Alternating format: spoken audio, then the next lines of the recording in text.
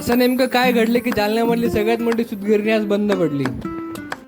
जालन्यामध्ये सर्वात जास्त horror place मानलं जाणारं सूतगिरणी आज आम्ही एक्सप्लोर करणार आहे. मी आहे वैभव सराटे पाटील. मी विश्वंभर. खूप दिवसापासून आम्हाला या ठिकाणी यायचं होतं. व्हिडिओ काही बनवणं झालं नाही. ब्लॉग खूप ठिकाणचे केले पण ह्या ठिकाणचा राहिला होता.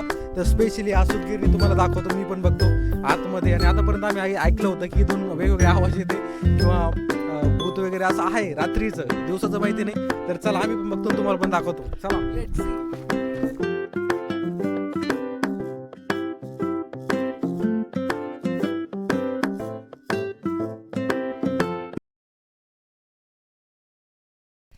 इथं कार्यालय लिहिलेलं आहे, म्हणजे कदाचित एंट्री इथून असेल. सगळं तुटलेलं आहे, एकूण एक भाग तुटलेला आहे इथला.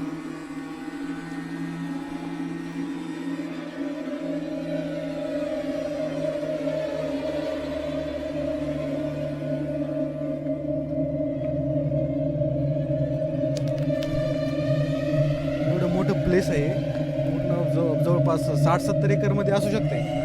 खूप जास्त मोठे. आता आतमध्ये दाखवतो. आतमध्ये आता फर्स्ट टाइमच जात आहे आम्ही आणि एकदम आता भीतीचं वातावरण झालेलं आहे. आणि बापरे, इकडे काय एवढा मोठा हॉल आहे. याच्या आतमध्ये काहीतरी असू शकतं पहिल्या काळामध्ये किंवा जेव्हा चालू होते तेव्हा. त्याच्यानंतर या ठिकाणी पण खूप मोठं आहे. या ठिकाणी बरेचसे होल आहे, कदाचित इथं मशीन वगैरे ठेवलेले असतील. वेगवेगळ्या शेपचे होल आहेत. एवढा मोठा हॉल आहे आतमध्ये. आता एवढा हॉल फक्त मी मंगल कार्यालयाचे बघितलं. बापरे, आणि इतकं हॉरर आहे म्हणजे दिवसा पण इतकी भीती वाटते तर रात्रीचं किती वाटत असेल. आता वरच्या साईडला पण तुम्ही बघू शकता असे होल केलेले आहेत. त्याचं कारण काही माहिती नाही. व्हेंटिलेशनसाठी ठेवलेले असतील ते. आता भिंतीवरती कोणी लिहिलेलं आहे माहिती नाही, पण इथं पण धोका लिहिलेलं आहे. त्या साईडला पण धोका लिहिलेला आहे. आता ही सूतगिरणी बंद पडण्याचं कारण तुम्हाला जर माहिती असेल तर कमी करून नक्की सांगा. परत एकदा आम्ही त्या साईडला बघतो काय तर चला.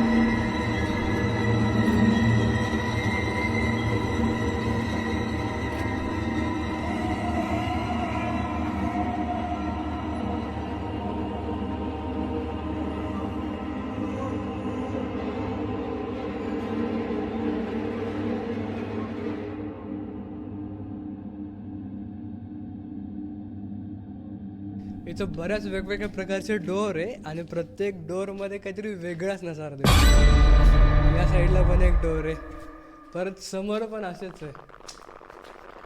या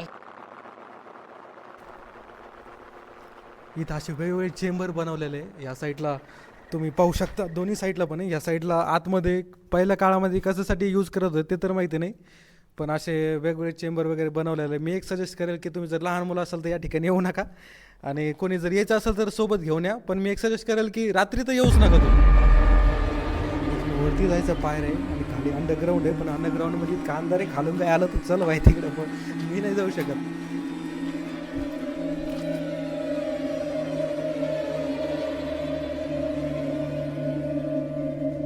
वरच्या भागाला आलो, तिसऱ्या मजल्यावरती. आता आतमध्ये काय बघू आपण. या साईडला कोणी पळत आला तर करशील काय, ते लाईट पण आहे रे भाई, चल. पण त्या साईडनं बघ ना, असं या साईडनं बघा तुम्ही जर आतमध्ये पाहिलं आणि एकदम समोर पाहिलं तर असं लाईट दिसतो, जसं काय कोणी बसलं तर आमची वेट कर. आणि या साईडला खिडक्या केल्या छोट्या छोट्या, आतमध्ये कोणी आलं तर दिसणार पण नाही. चल भाई खाली. बराचसा भाग जळालेला आहे इथं. त्या साईडला पण तिकडे जळालेलं आहे. शंभर नका जाऊ त्या साईडला, नका जाऊ.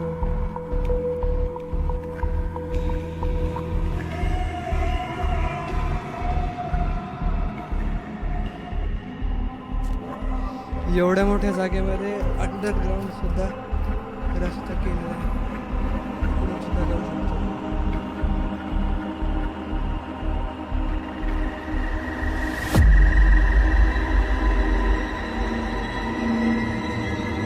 या ठिकाणी पडल्यानंतर पण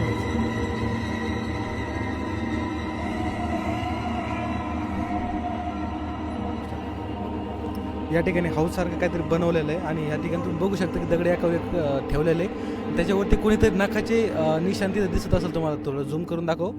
तर कोणतरी वरती येण्याचा प्रयत्न केलेला आहे, कारण हे 10-12 फुटाची वरती असेल, नॉर्मल माणूस तर वरती येऊ शकत नाही. तिथं कोणतरी वरती येण्याचा प्रयत्न केला, नखाची खुणा तिथं केलेले आहे आणि इथं एक खूप सारे हड्डी पण आहे. नेमकं कोणत्या प्राण्याला ते नाही सांगू शकत. सूतगिरीचा परिसर एवढा मोठा आहे, 50-60 एकरमध्ये तर सहज असेल. आणि एकटे येऊ नका तुम्ही, कारण 2-3 ठिकाणी असे वेगवेगळे म्हणजे प्रसंग येईल तुम्हाला, जिथे तुम्ही एकटे असाल तर घाबरू शकता, कारण सगळं अंधार आहे आतमध्ये, बंद पडलेलं खूप वर्षापासून. तर तुम्हाला एक सजेस्ट करेल की जर यायचं असेल तर मित्र घेऊन या तुम्ही, पण एकटे येऊ नका.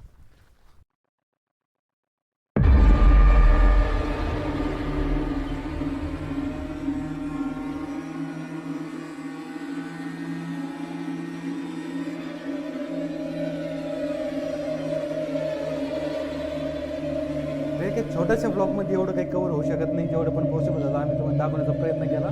जर तुम्हाला फुल व्हिडिओ पाहिजे असेल तर या व्हिडिओ खाली किती कमेंट करायच्या? 2000 नाही, पण 1000 तरी कमेंट करा. तुम्हाला फुल व्हिडिओ आम्ही यूट्यूबवरती लगेच टाकतो. आम्ही नक्की कमेंट करा, नक्की फॉलो करा, नक्की लाईक करा. चला भेटूया पुढच्या ब्लॉगमध्ये.